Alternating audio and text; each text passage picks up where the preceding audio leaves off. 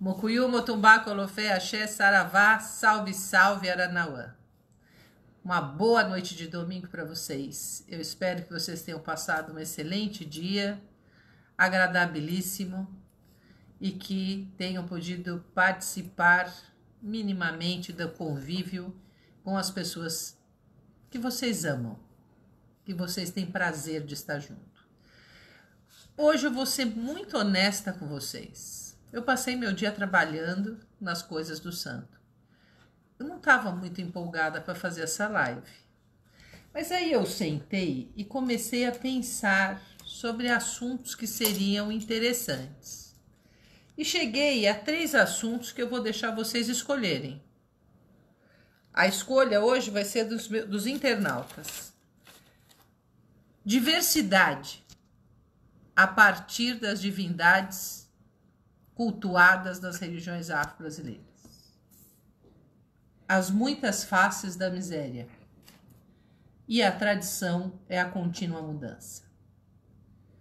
Vocês podem escolher um destes temas e eu vou falar sobre ele. Já podem ir votando já? Pode, mas tem que ser já, porque se daqui a pouquinho nossa live acaba. Então, aqueles que votarem, eu vou esperar os primeiros 5 votos e a partir daí eu vou falar alguma coisa. Ninguém votou? Estão pedindo a bênção, ainda dando boa Não, noite. Boa noite, podem votar, eu estou aguardando vocês para dar continuidade à minha fala. Eu gosto de falas interativas, sempre gostei. Eu sempre acho que o diálogo é o melhor modo de nós interagirmos e fazermos o exercício do respeito. Quando a gente conversa, a gente exercita o respeito.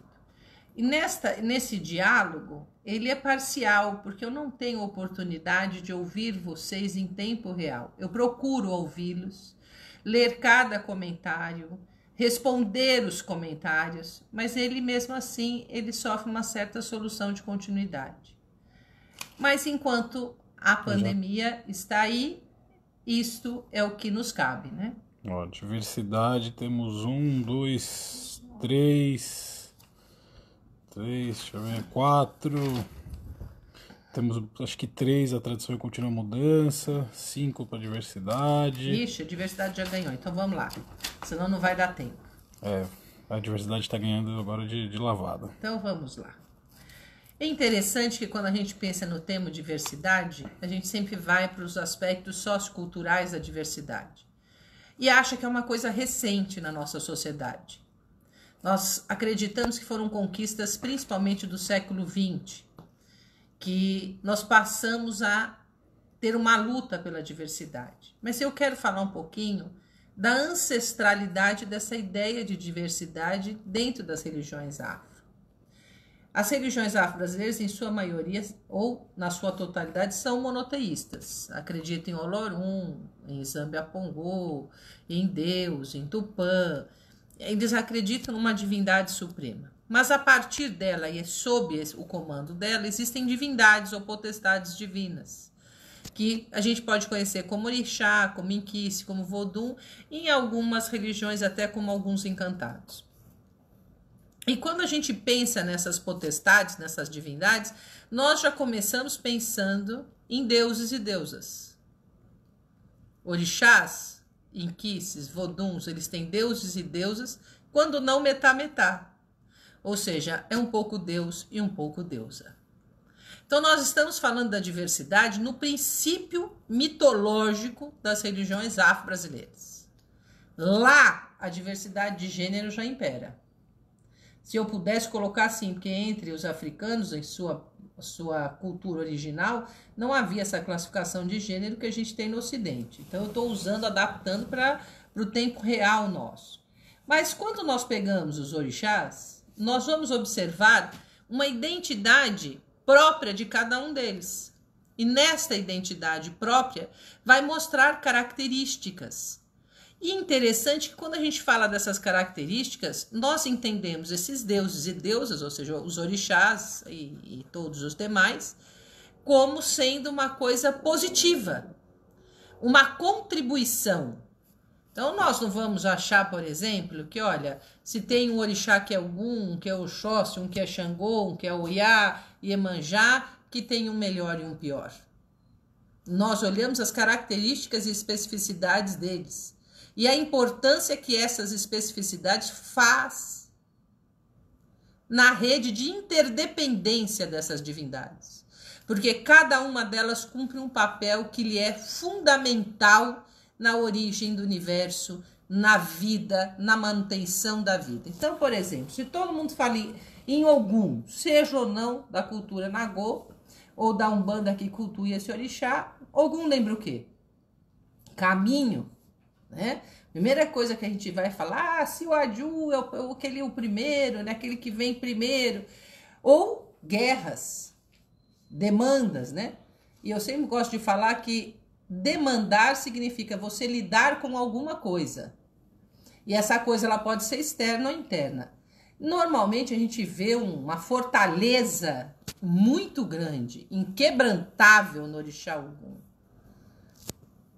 E é o interessante que a gente não olha essa fortaleza, essa coisa inquebrantável como um aspecto de masculinidade só, como as pessoas tentam ver, mas nesse ímpeto desbravador, porque não deve ter sido fácil para Ogum desbravar do Orum para o Aie, do céu para a terra. Você imagina o que foi abrir esse caminho? Não é caminho fácil. Porque quando a gente pensa em caminhos aqui no mundo, não, Ogum lida com caminhos espirituais, e esses caminhos espirituais, eles têm uma profundidade gigantesca. Mas é Ogum. Aí a gente fala de Oxóssi. Falamos de Oxóssi, o grande caçador, o provedor. Oxóssi é aquele que é o rei das matas, como se colocam, né? É o Oxóssi, o grande senhor lépido, ágil, que conquista todos os lugares. E a gente pensa no Oxóssi quando ele fala assim, olha, ele é um provedor, até interessante que quando a gente pensa em provedor, a gente sempre pensa nas coisas materiais, né? Mas Oxóssi é o grande senhor, é o alaqueto, é aquele que traz, que tem a providência espiritual, é o patrono dos Nagôs. Então, a primeira coisa que ele proveu foi de espiritualidade. E é lógico que ele vai prover em outras coisas. Então, diz que Oxóssi normalmente tem um perfil ágil. Então, a gente atribui esse perfil ágil, que também não é real, a ser uma pessoa esguia. Aí nós fomos falar de Ossan.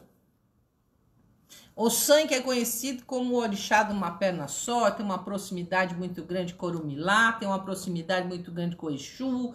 Ele também é um Oxóssi que gosta muito de Aroni, que é aquele que conhece muito das matas, mas ele é conhecido como o grande curador.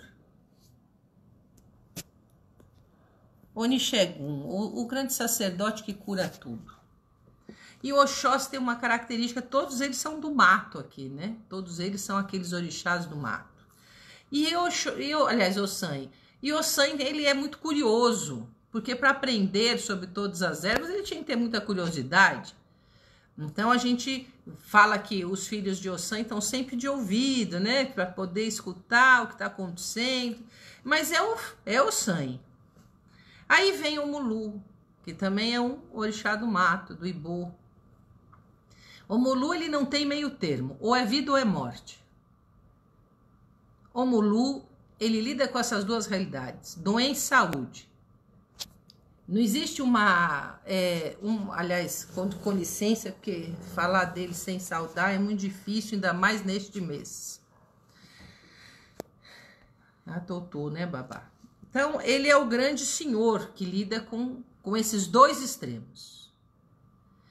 Aquele que é acoberta com sua palha, é recluso, ele é de pouco contato e de muita sabedoria. Então, ele é mais introspectivo, é diferente de Oxóssi, é diferente de Ossan, é diferente de Ogum, né? Embora tenha algumas qualidades de Ogum que fica lá enfiada no mato que a gente nunca nem vê, mas normalmente é assim. Aí tem Oxumaré, e eu vou lidar aqui só com alguns, porque é uma infinidade de orixás. Oxumaré é o primeiro grande babalaô do mundo. É o primeiro grande adivinho do mundo. Ele é o patrono dos adivinhos do mundo. Mas Oxumaré também é o arco-íris, que faz com que não haja dualidade entre o céu e a terra, o Orum e o Aiê, o divino e o profano, aquilo que é do orixá e do que é do ser humano. Por isso também ele é ligado ao Orumilá, porque ele consegue ligar essas duas realidades, o que é do mundo divino com o mundo dos seres humanos. Então ele tem uma fartura, ele é rico, ele é próspero, porque ele consegue ter diálogo com o mundo espiritual. Quer maior prosperidade que essa? Fartura. Ele é riquíssimo. É conhecido como o jovem, belo e rico. Mas a riqueza dele é espiritual. Aí a gente vê com a irmã dele, que é Euá. Euá é uma guerreira solitária, mas é a senhora da névoa, ou seja, daquilo que não se enxerga bem. Daquilo que é a probabilidade, o duvidoso. A gente precisa tomar muito cuidado. Mas é uma mulher guerreira. É uma mulher que você não enxerga, mulher não orixá feminino, ou seja, que você não enxerga muito bem que ela é. Você precisa ter sempre um grande cuidado com ela. E tem um grande mito dela com Orumilá, que faz nascer o Zibede, que é quando ela é bulinada, entre aspas, por Orumilá, quando ele fugia da morte, né? Esse é um mito antigo, que Iku, quando se aproximava, ele se escondia embaixo das saias de Euá, e Euá cobertou Orumilá, e desse flerte nasceu o Zibede. Mas ninguém sabe ao certo, foi tudo às escondidas embaixo das saias. Nada de Euá, é claro. Aí vem Nanã, que também é uma senhora que entre os Gégera e Auri também. Ela é a grande representante das cabeças. É uma velha, muito velha, velha porque é ancestral, que é antiga, de muita sabedoria, que guarda lá os princípios da sabedoria espiritual. E é a senhora da vida e da morte. É a senhora que proporciona o nascer e o morrer. Ela é a dona de todos os corpos. Que o Mulu os devora para ser devolvido à terra. A grande mãe, que é representada por Nanã. Aí vem Xangô, o senhor da justiça. Senhor da justiça, por quê? Porque a gente prevê que o Xangô é um senhor que vive em comunidade, Estado. É aquele que é capaz de gerir a sociedade, né? Nas suas várias qualidades, do velho ao novo, daquele que tem o ímpeto, né? No início, Oranian, e até os mais íntimos, com a Ganju e etc. Não importa aqui, até o meu Caô Cabecilê, que é o grande senhor, um grande antigo, né? Que é o Godô, a Godô, como algumas pessoas preferem chamar. Mas é aquele que lida com a justiça. Então, se lida com a justiça, se ele lida com isso, ele precisa ter uma percepção muito, mas muito perspicaz do mundo onde ele vive e das realidades. Aí vem Obá, a grande guerreira, a senhora que gerencia as guerras, que aprendeu muita coisa com Oxóssi, que é a dona de uma força gigante e também uma ancestral, que é a mais velha, que cuida das estruturas familiares. E algumas pessoas podem dar outras qualidades e é justo. Eu estou dando algumas aqui.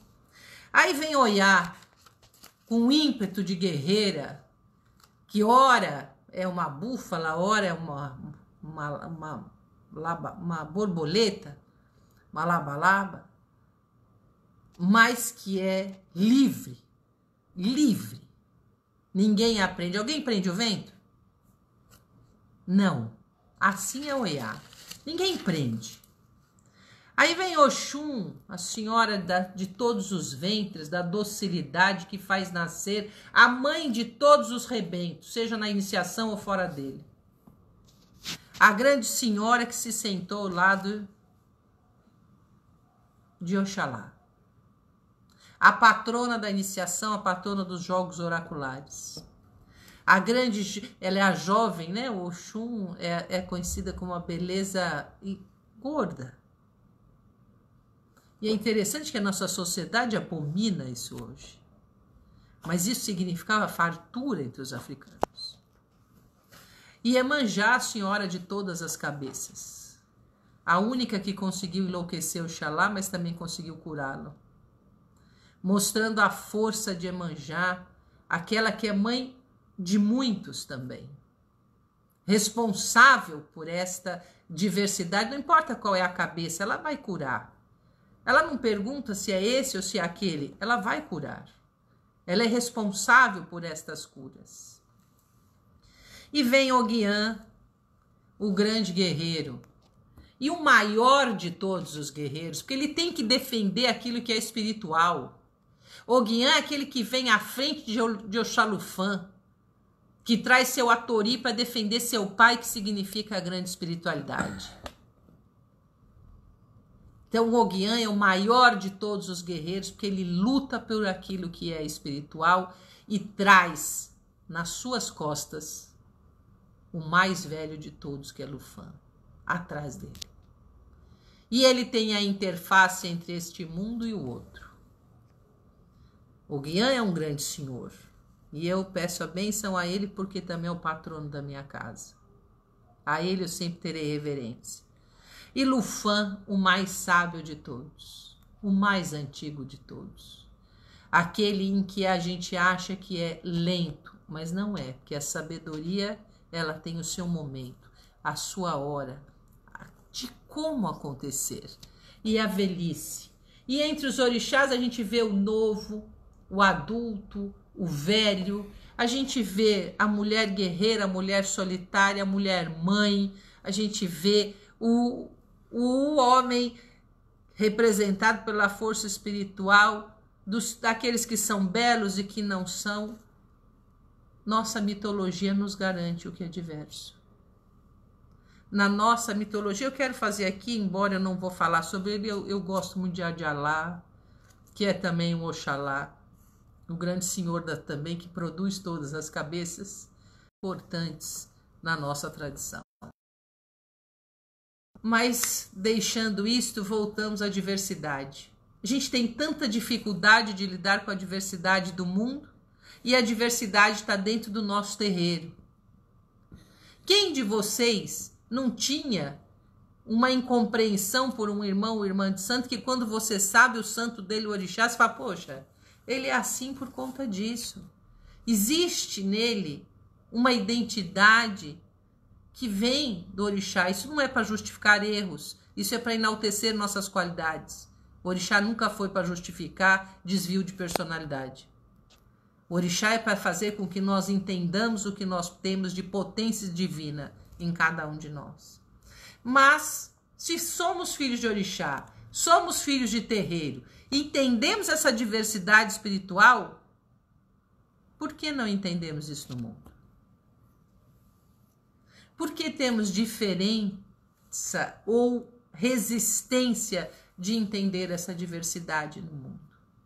O exemplo vivo do poder divino está posto. E nós, que somos seus filhos e filhas, deveríamos ser este exemplo de comunhão e diversidade, e não o contrário. Eu acho que a gente tem ouvidos moco para a espiritualidade. Ouvidos moco é quando o ouvido da gente não ouve muito bem, sabe? E a gente não consegue ouvir esses recados que o sobrenatural nos passa. E a gente começa a ter uma dificuldade de conexão com o espiritual, porque eles falam uma coisa e são uma coisa e a gente defende outra. A gente defende outra. A gente acaba defendendo exatamente o oposto do que eles são. E isso causa uma ruptura entre aquilo que é da nossa espiritualidade e daquilo que é o que a gente vive. Então nós nos tornamos pessoas incoerentes. Porque cultuamos uma divindade que defende a diversidade e praticamos no cotidiano exatamente o oposto. Ou há algo. Então eu estou querendo saber e ser mais do que a divindade que eu cultuo. Ou eu cultuo uma divindade em que eu sou incapaz de fazer com que ela esteja viva e presente no meu cotidiano. Eu queria trazer estas interrogações e poderia levar isso para os ancestrais. Eu poderia levar isso para caboclo, para os pretos velhos, baianos, boiadeiros, os catiços em Exu, Padilha, Pombagira, todas as Marias. E vocês, o que têm me dizer sobre isso? Vocês que são adeptos, crentes ou filhos e filhas de santo das religiões afro-brasileiras. Vocês já tinham pensado sobre isso? Podem fazer suas perguntas, porque o nosso tempo, eu falo que eu não passo de meia hora. Há um crivo aqui que corta. Enquanto o pessoal vai fazendo as perguntas, vale uma menção honrosa para a tradição e a contínua mudança. Teve bastante votos também. Farei na próxima. Certo. Então o pessoal vai fazendo as perguntas aí. Essa frase, a tradição e a contínua mudança, é do meu pai de santo, Pai Rivas. E eu vou só dar uma pequena inserção. Ele dizia que a tradição é a contínua mudança porque era necessário que a gente soubesse se adaptar para os novos momentos. Isso não significa que era perder a estrutura da religião, porque a estrutura a gente não pode perder porque a gente deixa de ser o que é. Nós somos religiões de transe, de iniciação, de memória, de tradição oral, e, enfim, da vivência, da experiência religiosa. Isso a gente não pode perder. Mas nós temos de pensar nossa religião na pandemia. E eu gostaria de conversar em uma próxima oportunidade sobre essa questão da mudança que nós estamos sofrendo. Como é que isso vai esbarrar no modus operandi da gente estar no terreiro. E vou discutir um pouquinho o que antecedeu, o que era antes e o que é hoje. Como é que nós temos estas questões? Alguma pergunta? Então, não está aparecendo para mim, pelo menos. Não sei se entrou alguma. Nossa, gente, o tema foi tão bom, não tem nenhuma isso pergunta? todo mundo falando. Que live maravilhosa, não sei o quê. Deixa eu ver. Tem uma aqui do o El Coelho. Mãe, mestra, sua bênção primeiro. Bênção, meu filho, sua bênção. Gostaria de destacar que é impossível eu descrever com palavras a gratidão que sinto pelas suas lives. Desculpe-me se a pergunta foge ao tema, mas fiquei curioso. Como uma Yalorixá é também nossa líder da Umbanda esotérico-iniciática, como fica a definição de orixá de uma pessoa, visto que as religiões possuem métodos diferentes de verificar o orixá de cabeça? Que ótimo, meu filho, que excelente pergunta e oportunidade que você me deu de responder. Eu sou mesmo mãe de santo na Umbanda e sou mãe de santo candomblé. E são formas, como eu sempre disse aqui, são formas, metodologias, conhecimentos próprios, por isso exigem iniciações próprias. O que eu faço no candomblé eu não posso fazer na Umbanda. E o que eu faço na Umbanda eu não posso fazer no candomblé. São métodos próprios, conhecimentos. É interessante isso, por isso que eu falo que eu nasci várias vezes. Eu tive que passar por várias iniciações e demandar tempo em cada uma delas. Nada foi mágico para mim. Eu não tenho vergonha de dizer que eu levei 38 anos para chegar onde eu estou. Hoje, com muito orgulho eu falo isso, que eu nasci várias vezes, para sabedorias próprias. Quanto a isso, meu filho, você saiba que a religião, ela é construída a partir daquilo que a gente consegue captar da realidade espiritual. Nós não enxergamos a realidade espiritual na sua totalidade. Nem posso ousar isto, porque eu diria que eu sou uma divindade. Eu não sou. Então as religiões, elas captam e seguram um pequeno espectro dessa luz divina e a interpretam sob sua ótica. Então, por isso que eu falo que nós temos que respeitar a diversidade, porque são diversas óticas que abordam perspectivas diferentes dessa visão espiritual. Como é que eu estou lá? Eu estou com muito orgulho porque o meu pai de santo me deixou e toco. Agora, a gente tem um orixá, que é um orixá de nascimento, todo mundo tem. Quem é do candomblé vai chamar de Elemi, Eledá, Oloria, enfim. A gente vai chamar por outros nomes. Que lá a gente vai chamar de orixá de nascimento e orixá ancestral. Então, quando você nasce, não há como eu mudar isso. Você nasceu naqueles influxos, naquelas vibrações. Mas há uma ancestralidade divina sua que não pode ser desconsiderada. Eu espero ter te respondido.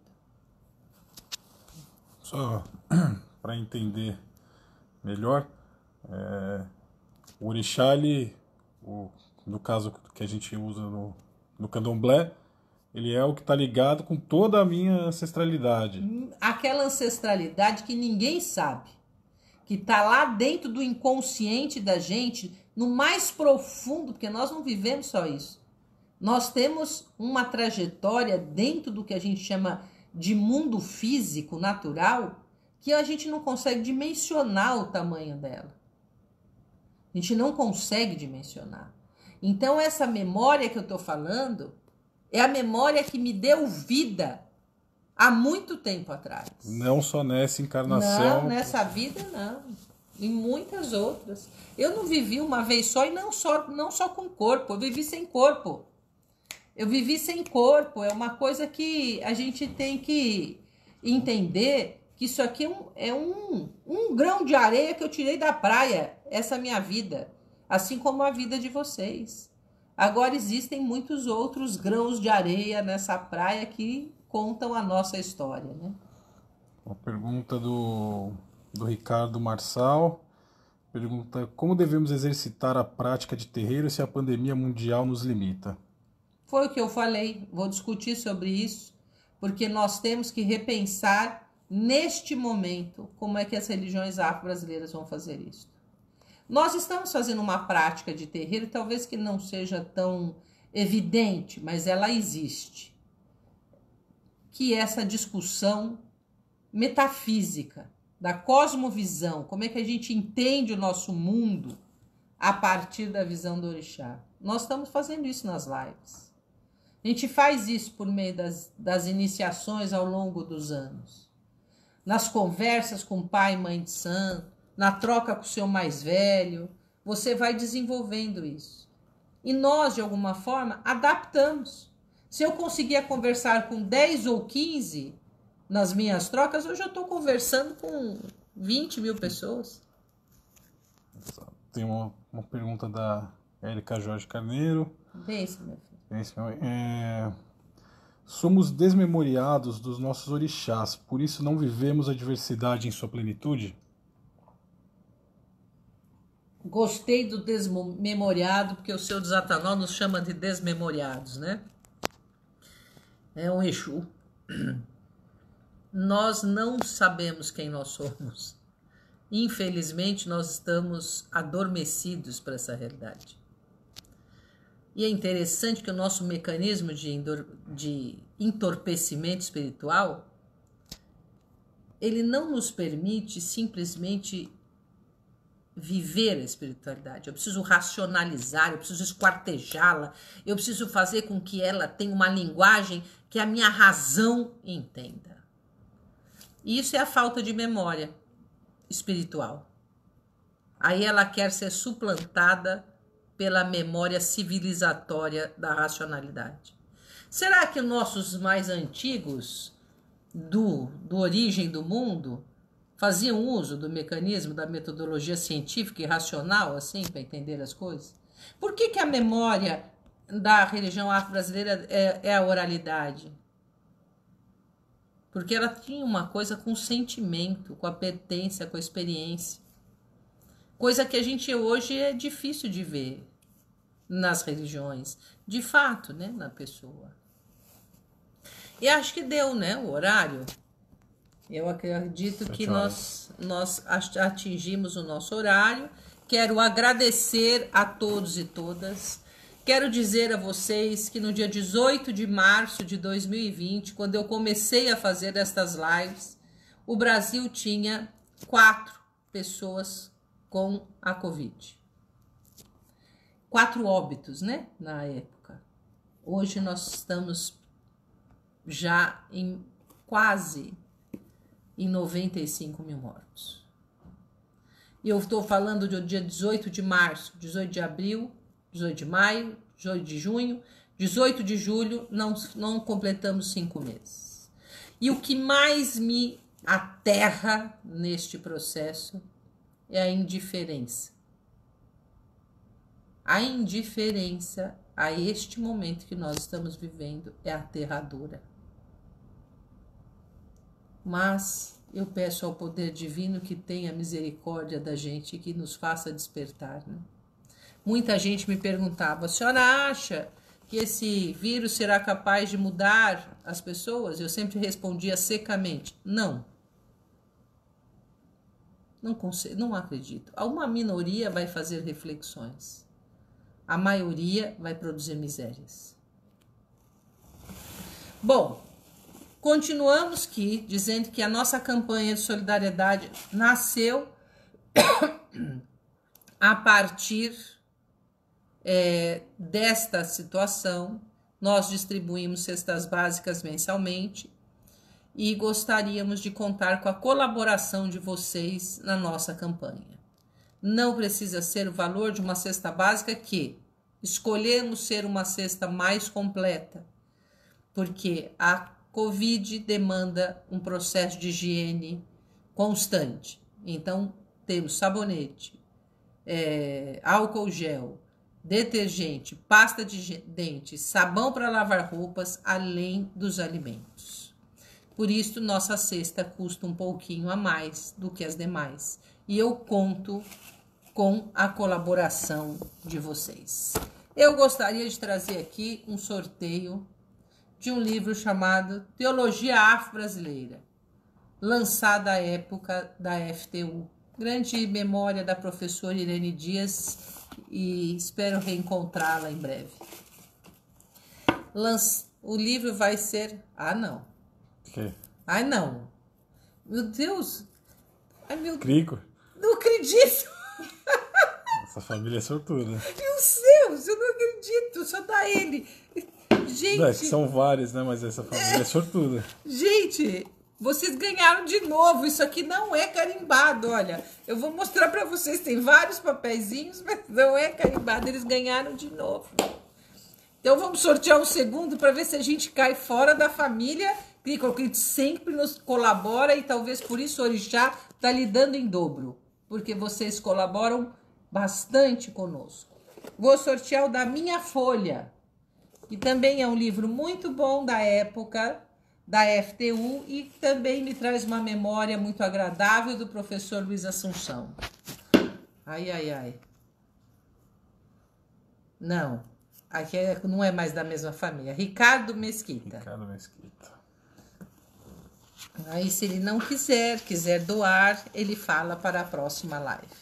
Gostaria de dizer a vocês que na quarta-feira eu passarei uma comemoração dos 50 anos da FTU e espero, aliás, desculpa, do RCD, que eu falei da FTU agora, nosso jubileu de ouro, farei um pequeno filme e nós iremos passar para vocês com muito gosto uma grande memória e dizer que esta memória está recheada de lembranças do nosso saudoso pai Rivas, Babá Rivas Tioguena. Desejo a vocês... Pode ressortear já. Ah, já? Então, obrigada, Ricardo. Ricardo é meu filho de santo.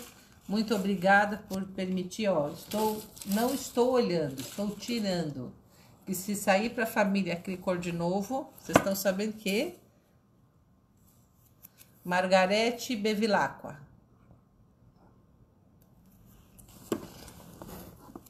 Eu vou por aqui. E assim nós encerramos o nosso domingo e espero que vocês tenham um excelente início de semana. Eu adoro segunda-feira. Segunda-feira é dia de Exu, eu acho que é a melhor fase para a gente recomeçar e também nesse mês de agosto um orixá muito querido e importante para a nossa comunidade de santo.